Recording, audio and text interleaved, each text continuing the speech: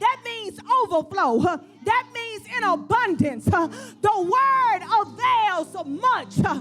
The righteous one, meaning the one that's consistent to believe God for the miracle. The one that's consistent and says, God, I'm going to stand still and see your salvation. The one says that I took up everything on the cross. And when I took it up, it was finished. It was finished. It was done. There is no death when I come in. There is no funeral when I come in. There is no taken away when I come in. Hallelujah. The word, it helps you to avail much. See, when you understand word, go to your armor, the armor of God. There is one weapon, well, really your only one.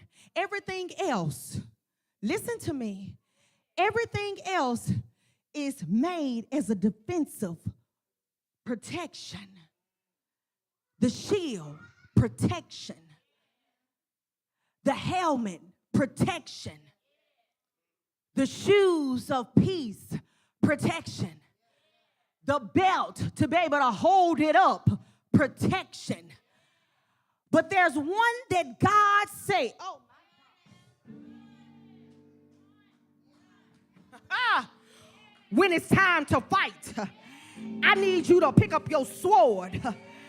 I need you to pick up your weapon. I need you to pick up the word. I need you to pick up the promise. I need you to pick up your belief system again. I need you to pick up what I said concerning you and your kids again. I need you to pick up what I said. No weapon formed shall ever prosper. The word is a two-edged sword, meaning wherever I turn to my left or my right, try me in his word, and he's still gonna make sure I come out victorious.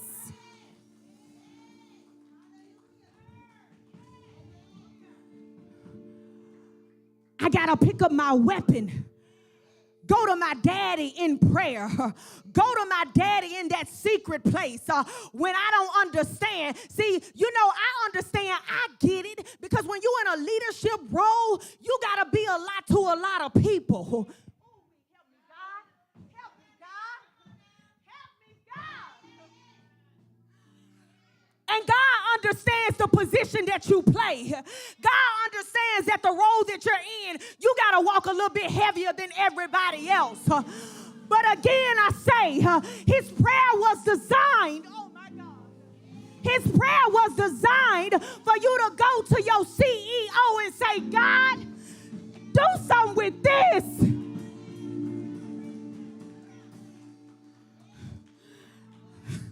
I got a CEO. I got a real boss. There's a boss for every boss. I can go and say, y'all, wait a minute. I'll be right back. God, I'm giving this to you because I don't know what to do with it anymore. God, I'm giving this to you because it's getting hard to smile every day. I'm giving this to you, God, because it's hard to hold my composure when everything is falling down. I got to go to my big boss. I got to go to the one who says I got all the answers. I got to be consistent. I got to continue to meet with him. He said, don't miss my meeting, daughter, with me. See, when you get in the hustle and bustle and you miss the meeting, you ain't going to have the next play. The prayers of the righteous, not saying the ones that are perfect, the ones that keep right with God, the ones that keep a relationship with God, the one that says, for God I live and for God I serve. God, I give it to you.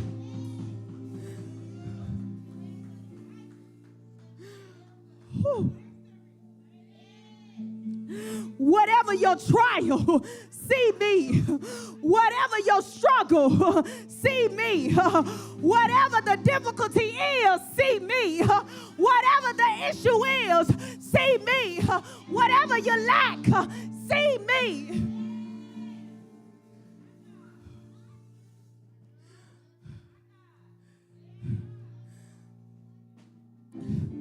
Your cry is holy to God. It is a privilege to go to God in prayer. It is an honor to be able to talk to my daddy. How did I forget that? How did I miss it? The word told me that eyes have not seen, ears have not heard, nor entered the heart of man. Who got it? God. Who got the plan? God. Who got the blueprint? God said, don't leave me. Don't take me out of the equation. Don't take me out of the equation. Don't take me out of the place. What had you broken, guess what? You couldn't go back there. You couldn't go back to that place of brokenness. I had to pick you up and carry you. God says, stay with me. Stay with me and see. And he hit me in the face and he said this to me, because in all you're getting, make sure you get an understanding. When you pray to God, don't just go to him with a request and don't sit there to listen. Because see, sometimes God will also send seed of things that you need to correct.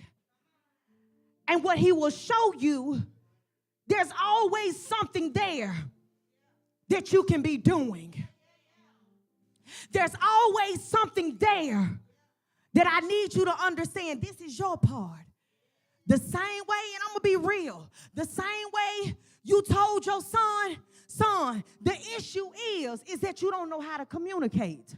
Son, the issue is that you don't know how to talk. And God said, wait a minute, daughter, let me bring it back to your field. The same way, when you think you know something, you don't know enough. The same way, you telling him you don't know how to communicate. God says, I need you to communicate with me. I need you to know that on your side, you got to communicate with me. You got to follow the order. You got to know that if you want to know how to get through this, you got to come to me. He said, you're telling him that you got to learn how to communicate. We got to learn how to pray to God. Let me keep going. Let me go and wrap this up. Let me go and wrap this up.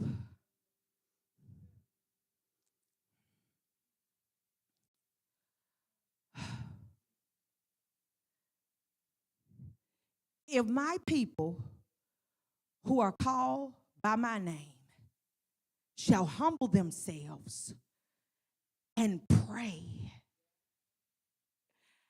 I will and seek my face and turn from their wicked ways, then I will hear from heaven. You know what wicked really means? Wicked is not when you do something bad and fall short. Wicked is when you continue to do something and you know better. Then you're operating in wickedness. You can fall and God is going to forgive you. But when you continue to do the same thing and you know, he said it's harder on the ones that know.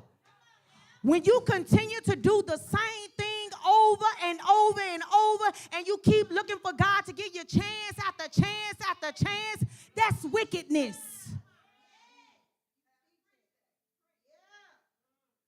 And God is trying to tell us with our crazy self, check yourself before you wreck yourself. If my people who are called by my name, you say you know them, right? You say you're his, right? Okay, he's talking to us. He's saying that if you will humble yourself and pray.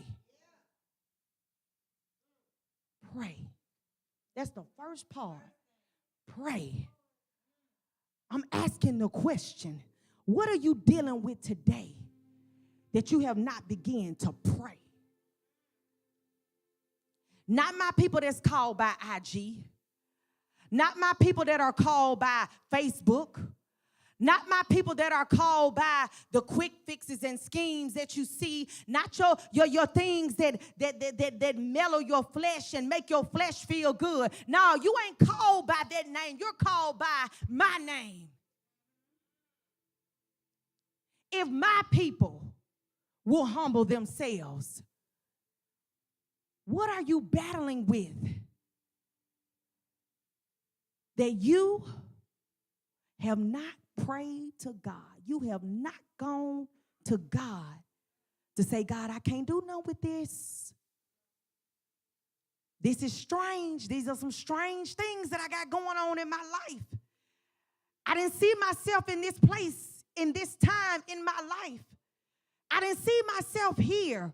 There's some strange stuff. There's some strange fire that I've taken a hold of. We're doing some strange things these days. Some strange things. God says all of that stuff that the enemy keep trying to bring your way, I've already gave deliverance to my people over that stuff. The old text, they had to burn incense. They had to go and get a lamb and slay it. The incense to send forth the aroma. God said, the old way, they used to have to go through the priests to talk to me. All of this stuff in the Old Testament, Jesus came forth to rid you away from that difficult access of getting to me. That's why I said be grateful that you can talk to God. All of this stuff that we keep wanting to put in place to stroke our flesh, God says you don't need that. I tore the veil when I sent my son. I tore the veil. You ain't got to light a match and burn up. You ain't got to do none of that stuff. It is a privilege to be able to talk to my Father. This last scripture, and I'm finna get out of your way. I was looking at my nephew. I've been able to go and put my eyes on him a little bit more and just watch his growth. And I noticed something about baby Jay that he does. I go back to when he first started learning how to walk. He would get up on them little legs and want to run before he walked. But then I guess he bumped his head enough and fell enough that he realized, I got to bag this thing up and I got to figure out how to get my balance. But the thing about that one there, as long as he got his mama right there by him, he good. Baby Jay began to learn his balance by holding his mama's hand. He'll walk, take a little step. He got used to that. It felt good. Why? Because he's confident in her, not him. He's confident in holding her hand and knowing, oh, this been going good. Even when I get a little shaky in my legs, my mama got my hand. It's going to be all right. Even if I fall, guess what? She going to be right there. And that one, oh, don't let him fall, baby. She right there to pick him up. And now baby Jay has gotten a little smarter in his walk. He's not looking for her for balance anymore. He's looking to her for access. He does this thing when he wants to get access to a door. He takes her hand and he does this. He takes her hand, he like, I want to go outside, so I'm going to take her hand, and I'm going to come on and guide her this way because I want her to open that door. Because I can't open it myself. I can't get out of it myself. If I want something in this refrigerator, if I want some apple juice, I got to go to the hand that's strong enough. And the Holy Ghost hit me while I was sitting on that couch. He says, the steps of a good man are ordered by the Lord. That means that in my walking, he's going to make steady my walk. He's going to bring confidence to my walk. But the subject is the Lord. The Lord, I got to stay with him because he's going to make it all come together. So in the midst of when I'm trying to get my balance, I got confidence in holding his hand because I know that his hand is going to guide me and strengthen me. Even when I fall, guess what? He's going to be right there to pull me back up. I've tried him and he's never failed me. We keep forgetting that every time you go to God, something happens and you gain access. Every time I've gone to God, his word has never come back void. He says, give and it shall be given unto you. Press down, shaken up, overflow, running over. God has never failed you in what he said, the basic foundation. He says, if you stand up and believe me for something, y'all believed God for something, you asked God for something, and he showed you his power and what he was able to do.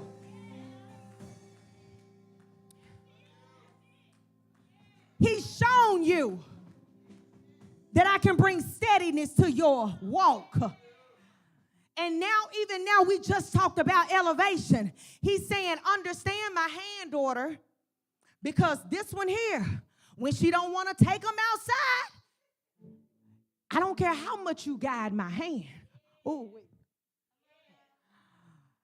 if I don't want you to go out, if I see that it's about to rain, I ain't going to open that door for you just yet. I ain't going to let, because see, I see something Baby J don't see. I see something in that refrigerator that got an expiration date on it. Now, you don't need that milk, it's spoiled. I'm about to throw it. She sees something that Baby J just don't see.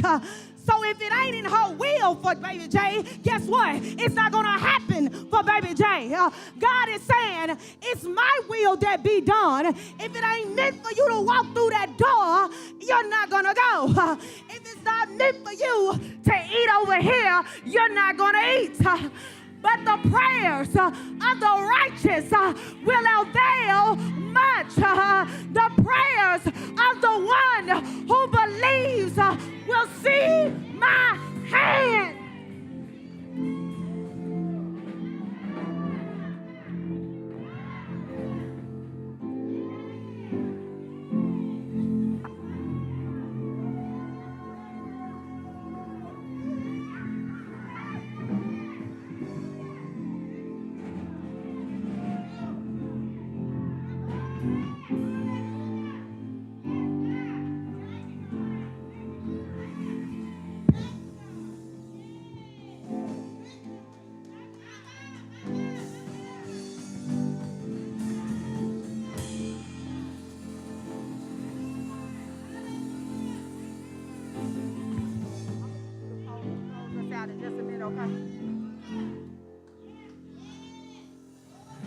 Come here, Sid. Jerry, I need you to anoint Sid's hands.